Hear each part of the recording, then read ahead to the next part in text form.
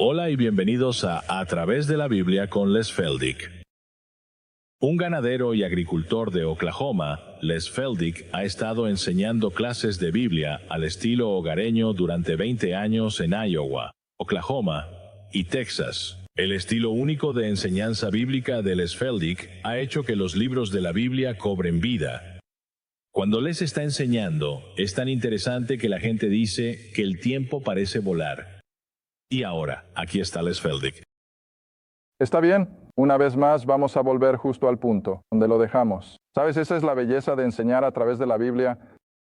Siempre he dicho que si tuviera que elegir un tema para cada clase, eso me volvería loco, me temo. Pero en este modo de enseñanza, todo lo que tenemos que hacer es detenernos y retomar justo donde lo dejamos, y realmente simplifica mi parte, de todos modos, saber qué enseñar a continuación. Ahora, de nuevo, para todos ustedes, todos los que nos están viendo por televisión, nos gustaría darles la bienvenida. Somos un estudio bíblico informal. No estamos patrocinados, no estamos promovidos por ningún grupo en particular.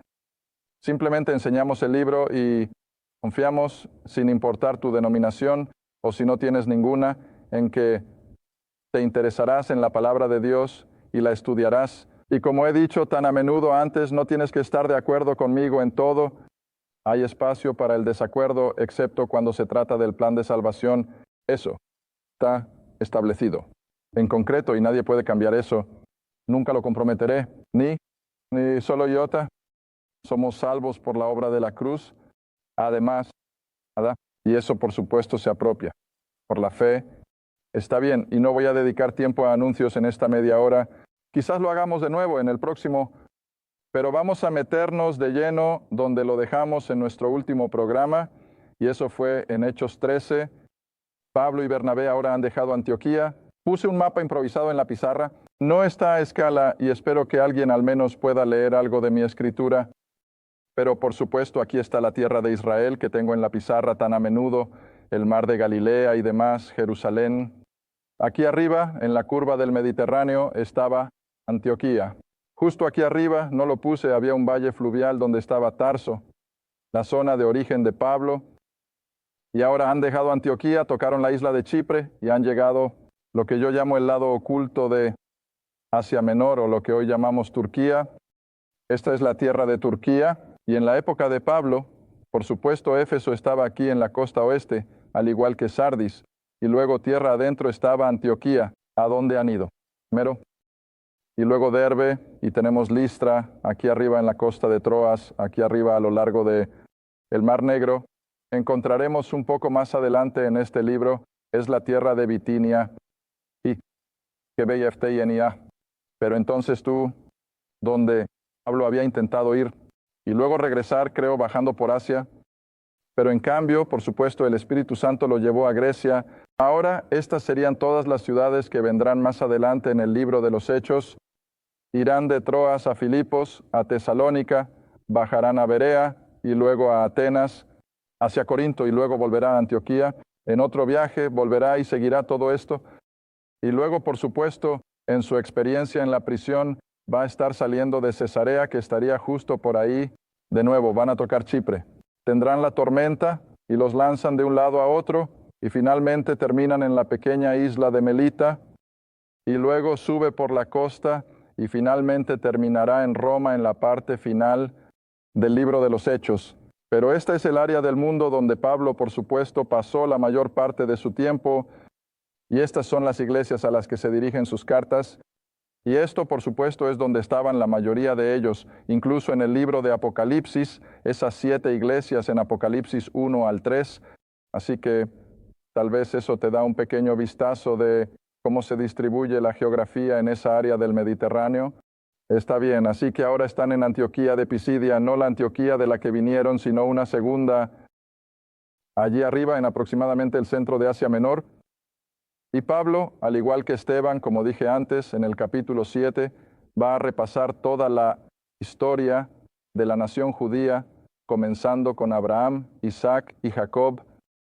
Y no voy a tomar todo eso versículo por versículo, pero hay un pequeño detalle de doctrina básica en este capítulo que debería resolver mucha confusión Y eso es, ¿qué significa la Escritura? Con el unigénito Hijo, Dios. Usamos el término tan a la ligera, pero creo que la mayoría de los miembros de la Iglesia, la mayoría de los cristianos, piensan en el unigénito Hijo de Dios como su nacimiento en Belén. Nada podría estar más lejos de la verdad. Ese no es el momento en que Cristo se convirtió en el unigénito Hijo de Dios.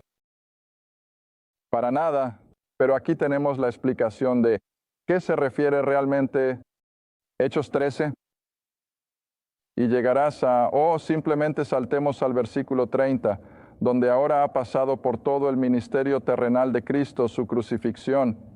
Y luego en el versículo 30 dice, pero Dios lo resucitó de entre los muertos, es decir, a Cristo, y fue visto durante muchos días por aquellos que subieron con él de Galilea a Jerusalén, quienes son sus testigos ante el pueblo, y les declaramos buenas nuevas, como la promesa que se hizo a los padres. Ahora, ¿a dónde te lleva eso? Todo el camino de regreso a Génesis 12, comenzando con Abraham. Esas promesas se repitieron a Isaac, se repitieron a Jacob, y los 12 hijos de Jacob lo llevaron a cabo durante su estancia, y luego comenzaron los profetas, Isaac, Jeremías y Ezequiel, y todos hablaron de su primera venida. ¿Está bien? Versículo 32. Leyéndolo de nuevo, les declaramos las buenas nuevas, como la promesa que se hizo a los padres, Dios la ha cumplido con nosotros, sus hijos. En eso, ahora mira esto, en que levantó a Jesús de nuevo, es decir, de entre los muertos, como también está escrito en el segundo Salmo, Salmos capítulo 2. Tú eres mi hijo. Ahora volvamos y miremos eso, porque mucha gente simplemente no lo comprende. Dios, el Hijo, fue retratado de manera tan vívida aquí en el Antiguo Testamento. Salmos capítulo 2. Ese pequeño capítulo que usamos como referencia de la profecía, o como siempre lo he llamado, como el esquema del programa del Antiguo Testamento, este capítulo predijo su rechazo y su crucifixión, o al menos su muerte, tanto por judíos como por gentiles juntos. Y luego llegas al versículo 4. Después de que lo hayan rechazado, entonces Dios que está en los cielos se reirá. El Señor se burlará de ellos, es decir, de las naciones judías y gentiles. Versículo 5. Entonces, mira, estas son todas palabras de tiempo, una cosa justo después de otra. Entonces les hablará en su ira, y en su enojo, o los atormentará en su gran descontento. Versículo 6. Entonces viene la siguiente parte del esquema. Aún he puesto a mi rey sobre el monte santo de Sión. Declararé el decreto. Ahora, aquí viene, esto es lo que Pablo está citando. Declararé el decreto. El Señor me ha dicho, tú eres mi hijo. Y esa palabra hijo está en mayúscula. Así que es una referencia a Dios, el Hijo, a Dios, el Señor Jesús. Tú eres mi hijo. Este día te he engendrado. Ahora, asegúralo. Este día te he engendrado. Eso es lo que dice Dios, el Padre. Está bien, ahora volvamos a Hechos y obtendremos la definición de qué está hablando. Bueno, no está hablando de Belén. Está hablando de algo muy diferente. Hechos 13 de nuevo. Ahora, mira el versículo 34. Y en cuanto a eso, ahora tenemos que leer con cuidado o te lo perderás. En cuanto a eso, tú eres mi hijo, este día te he engendrado. Lo levantó de entre los muertos. ¿Ves eso? Ahora no más volver a la corrupción, dijo. De esta manera te daré las seguras misericordias de David. Ahora léelo de nuevo, porque esto no es solo algo que verás al echarle un vistazo. Tú eres mi hijo, este día te he engendrado. Y en cuanto a eso, ahora, ¿qué modifica eso? tú eres mi único hijo engendrado. ¿Ves eso? Y así, en cuanto a eso, lo levantó de entre los muertos. Ahora, voltea a Romanos capítulo 1. Creo que Pablo simplemente lo resume. Que no hay duda de que el relato escritural del unigénito Hijo de Dios es la resurrección. Cuando resucitó de entre los muertos, se convirtió en el unigénito Hijo de Dios en poder, como dice Pablo aquí en Romanos. Empezando en el versículo 1. Pablo, un siervo de Jesucristo, llamado a ser apóstol, separado para el Evangelio de Dios, que había prometido antes por medio de sus profetas en las Santas Escrituras, acerca de su Hijo, Jesucristo nuestro Señor, que fue hecho de la descendencia de David según la carne. Recuerda, María era de la descendencia de David, no, igual, José. Ahora el versículo 4, y declarado Hijo de Dios, como por poder según el Espíritu de Santidad, porque la resurrección, los muertos. ¿Ves eso? Ahora eso es tan claro como puedo hacerlo. Fue el poder de Dios el que lo resucitó de entre los muertos, lo que lo declara entonces como el Hijo unigénito de Dios. Mira, ahora, por eso la resurrección está en el corazón, el Evangelio. No sé cuántas personas se me han acercado en los últimos 25 años. Bueno, tengo un pastor, tengo un maestro de escuela dominical que cree que Cristo murió. Creen que de alguna manera Él es el Salvador del mundo, pero la forma en que lo dicen, tienen un problema con su resurrección. Y digo, entonces tengo un problema con entender que incluso están salvos. Porque si no tienes el poder de la resurrección como base de tu salvación, no tienes ninguna... Porque todo se basa en eso, que Dios lo resucitó de entre los muertos. ¿Recuerdas cuando estábamos en los Evangelios? Creo que señalé cuando confrontaron a Pedro. En el momento del arresto de Cristo, ¿qué le pasó a Pedro? Se colapsó, ¿verdad? Quiero decir, toda su fachada simplemente se desvaneció y maldijo y negó que alguna vez lo conoció y salió corriendo asustado, y así lo hicieron los demás. Pero después de la resurrección, ¿tenía Pedro miedo de alguien? ¿Nadie? No, tenía miedo de Roma, no tenía miedo de los judíos, no tenía miedo de nadie. ¿Por qué? Porque ahora había sido testigo del poder, la resurrección, y eso tiene que ser la base de nuestro evangelio. No es suficiente creer que Jesús fue un buen hombre, no es suficiente creer que Él murió. Una crucifixión, tenemos que llevarlo a toda la plenitud. El evangelio, y eso es, fue resucitado de entre los muertos, victorioso sobre el pecado, sobre el infierno, sobre la muerte, sobre todo. Y a medida que nos adentremos en el libro de Romanos en las próximas semanas, vamos a ver que esto es lo que Pablo proclama al mundo, que somos lo que somos. Porque no solo Cristo murió, sino que resucitó victorioso sobre nuestro archienemigo y pudo romper las cadenas y los grilletes del pecado. Está bien, ahora sigamos en Hechos capítulo 13 y quiero seguir avanzando rápido, o nunca haré lo que tenía la intención de hacer. Y eso es terminar el libro en estos 4 programas.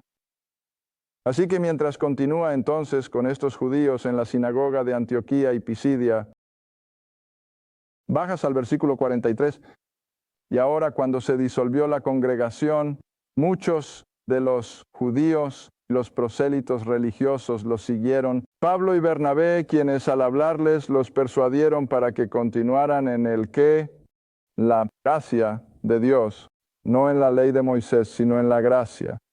Dios. Entonces en el versículo 44, y el próximo día de reposo, vino casi toda la ciudad a escuchar la palabra de Dios. Ahora, recuerda, todavía estamos en esa fase de transición. Así que Pablo hará muchas cosas que no podemos comprender, porque él también va a seguir dirigiéndose al judío, pero dándose cuenta de que es el apóstol de los gentiles. Y así, cada vez que veas estas cosas que parecen más judías, bueno, solo reconoce que Pablo todavía va primero al judío durante la primera parte de su ministerio, y luego, cuando Israel siga rechazando, él finalmente se volverá casi por completo a los gentiles. Así que recuerda que cada vez que te encuentres con estas cosas que parecen ser parte de la predicación y enseñanza de Pedro y Pablo, parece estar en la misma línea, es solo porque todavía está tratando de manera transicional con el judaísmo, pero está saliendo de eso en lo que llamaríamos la era de la gracia. Está bien, entonces el versículo 46. Ahora leamos el 45. Pero cuando los judíos incrédulos, vieron a las multitudes, es decir, a los gentiles, se llenaron de ¿qué? De envidiar. Y hablan en contra de esas cosas que fueron dichas por Pablo, contradiciendo y blasfemando. Está bien, ahora de nuevo, volvamos a Romanos 11, donde estábamos en nuestro último programa por un segundo.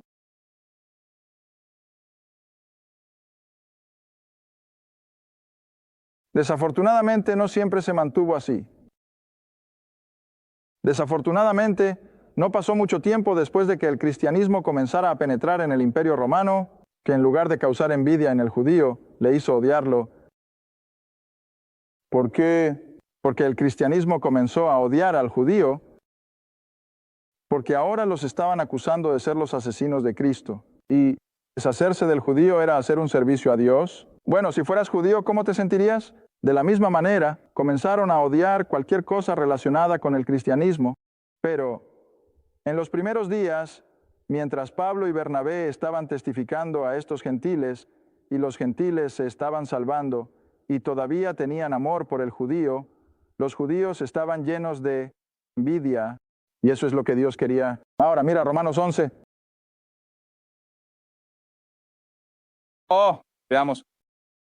Empecemos en el versículo 7, el que leímos en el último programa. Vamos a seguir adelante a recoger el ritmo. ¿Qué? Entonces, Israel no ha obtenido lo que busca, pero la elección, aquellos que creyeron, lo obtuvieron, y los demás fueron cegados. Como está escrito, Dios les ha dado un espíritu de sueño, ojos para que no vean y oídos para que no oigan hasta el día de hoy. Mira, no ha cambiado ni siquiera hoy. Y David dice, que su mesa sea hecha una trampa y un lazo y un obstáculo y una recompensa para ellos. Versículo 10, que sus ojos se oscurezcan para que no vean y que siempre se inclinen sus espaldas. Ahora, esto se refiere a la nación de Israel, no al judío individual, sino a la nación. Recuerden, a lo largo de los años he enseñado que hay que darse cuenta de que Dios trata con el judío en dos niveles diferentes, a nivel nacional e individual. Nunca pierdas de vista eso. ¿Está bien? Ahora, versículo 11. Entonces digo, el apóstol Pablo escribe a la iglesia gentil en Roma.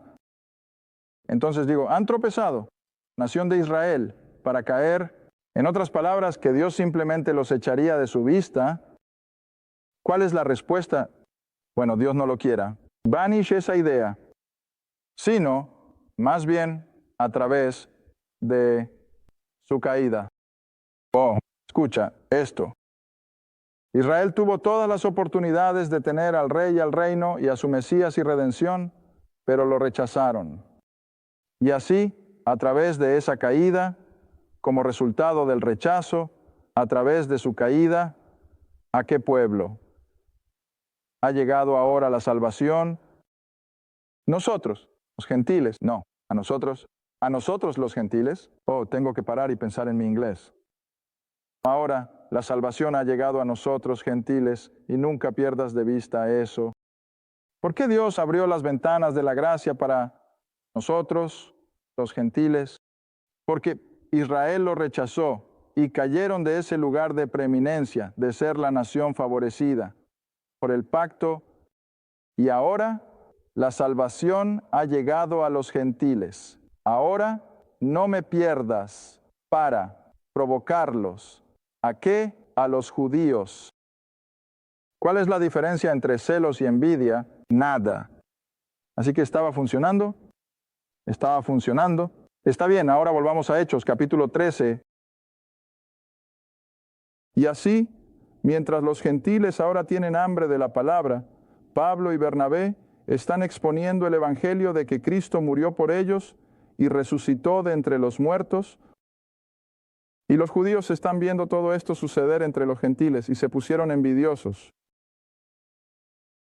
El versículo 46 de Hechos 13 dice, ahora, después de que mostraron su envidia y su blasfemia, Pablo y Bernabé se llenaron de valor y dijeron, era necesario, tenía que ser, que la palabra de Dios se les hablara primero a ustedes. Pero, al ver que lo dices que, de ustedes, oh, sabes, esto es lo que me asusta de nuestra querida América. En muchos sentidos, se puede hacer una comparación entre Israel, cuando todavía estaba bajo el liderazgo de Dios, cuando todavía eran el pueblo del pacto en la América de hoy. No puedo evitar hacer esa analogía, y es lo mismo con nosotros. América ha tenido tantas oportunidades de tener la verdad de la palabra de Dios. ¿Pero qué están haciendo con ella? La están rechazando. La están rechazando. Algunas personas me han enviado material de sus propias sedes denominacionales, de algunas de estas personas liberales. Y es suficiente para hacerte vomitar lo que estas personas están sacando. Le dije a Juan Felia esta noche, he visto más lenguaje pornográfico en algunos de estos materiales que vienen de estas sedes denominacionales que lo que jamás he tenido en mi casa. Un lenguaje que es una porquería, como viendo eso en sus enormes denominaciones. Dios no va a tolerarlo. A menos que tengamos un tremendo regreso a la verdad de este libro, estamos condenados. Odio decirlo, pero sí lo estamos condenados. No me importa cuánto puedan trabajar los planificadores. No me importa cuánto puedan trabajar los políticos. Estamos condenados si América no se despierta porque Dios no va a tolerarlo. Está bien. Y así aquí de nuevo, Pablo dice, al ver que lo rechazan en incredulidad de la vida eterna, ahora Pablo dice, nos volveremos a los gentiles. Así de simple, nos volvemos a los gentiles. Verso 47. Porque así nos ha mandado el Señor diciéndote, mira, ahora hemos mirado todos estos versículos cuando estábamos revisando el Antiguo Testamento, cómo Israel debía haber sido una luz para los gentiles, el Mesías de Israel, pero a menos que creyeran, lo rechazaron. Y así ahora Pablo está repasando todo esto. Que debía ser una luz para los gentiles, que debía ser para salvación hasta los confines de la tierra. Mira, ese era el papel de Israel, pero lo rechazaron. Verso 48. Y cuando los gentiles oyeron esto, se alegraron y glorificaron la palabra del Señor, y todos los que estaban destinados a la vida eterna. Trágate eso hoy. Estaba hablando con alguien de nuevo anoche, donde acababan de escuchar un sermón el último día del Señor, haz esto y haz aquello, y luego espera que estés salvado. Y escucha, eso no es lo que enseña este libro. Este libro enseña, cree que Cristo lo ha hecho todo. Y le he dicho a un par de personas por teléfono justo la semana pasada, simplemente cree eso. Cuando Cristo terminó la obra de la cruz, cuando resucitó victorioso sobre la tumba y sobre la muerte, no hay nada más que podamos hacer. Tuvimos una pregunta interesante que surgió en nuestra clase de Talecuá, y siempre estoy tan agradecido por estas preguntas. Y terminó siendo una noche de discusión súper interesante. Y la pregunta del caballero fue, espero tener suficiente tiempo. ¿Todavía es necesario suplicar al Señor por perdón? ¿Yo estaba allí? No. Es necesario. Recibí otra llamada de Tennessee. Tengo que rezar la oración del pecador para ser salvo. Dios, ten misericordia de mí, un pecador. No, esto va a volar. Por misericordia, si todavía tienes que suplicar por perdón, entonces este libro es una mentira. Porque este libro dice que toda la misericordia de Dios fue derramada en esa cruz. Dios ya ha perdonado a cada ser humano todos sus pecados, se pagó en su totalidad y no espera que alguien suplique ser perdonado. Él dice, estás perdonado. Créelo. ¿Cuál es la otra palabra que usó en 2 Corintios 5? Reconciliados. El mundo ya ha sido reconciliado con Dios. Y tuve que decirle a la clase el lunes por la noche, fue hace una semana, y todo el camino a casa había un versículo que me estaba atormentando. Ahora, ya que me he desviado o he perseguido conejos, como le dije a la clase anoche, me gusta hacer eso. Vuelve conmigo a Hebreos. Porque no puedo sacar un tema y luego dejarte colgando en él. Hebreos capítulo 2. Cuando llegué a casa esa noche de lunes, ese versículo me había estado atormentando y tuve que ir rápido a buscarlo. No podía darme cuenta de qué era. Por cada ser humano, desde Adán hasta el fin de los tiempos, cada pecado ya ha sido pagado. Y por eso lo único que Dios ahora pide es creerlo. Créelo. ¿Ves? Hebreos capítulo 2, versículo 9. Pero vemos a Jesús, que fue hecho un poco menor que los ángeles por el sufrimiento de la muerte, coronado de gloria y honor, que Él por la gracia de Dios debería probar. ¿Qué muerte? ¿Para cuántos? Para cada hombre. Ahora, déjame decirte algo. ¿Sabes qué es lo que va a hacer que la condena eterna de los malvados sea tan horrible? No es el calor de las llamas. No son los apetitos insatisfechos. Va a ser una eternidad de arrepentimiento. No tenía que estar aquí. Todo esto fue pagado y yo lo rechacé. Y ahora escucha, no hay nada peor que el arrepentimiento. He hecho un par de malos negocios a lo largo de los años y sé lo que puede ser el arrepentimiento por algo tan mundano y estoy seguro de que todos lo han hecho.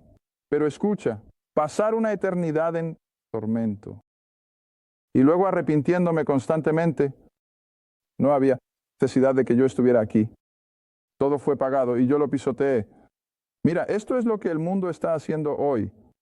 Están pisoteando. Anoche di una buena ilustración y no tengo tiempo en este programa, pero hizo el punto. Lo que es rechazar un perdón, ¿lo entiendes? Lo que es rechazar un perdón. Y mira, eso es lo que el hombre y la mujer perdidos, los chicos y las chicas, están haciendo cuando rechazan la oferta de salvación de Dios. Están rechazando un perdón. Ahora, ¿sabes lo que es un perdón? Un perdón es un decreto que te devuelve a la situación original, como si nunca hubieras roto la ley en primer lugar. Está completo, borrando la pizarra. Eso es un perdón. Y eso es lo que Dios ha hecho por nosotros. Todo ha sido pagado en su totalidad. Y se darán cuenta cuando salgan a su condena eterna. Ellos van a saber, cuando se presenten ante el gran trono blanco, no habrá una sola persona que diga, bueno, yo nunca supe.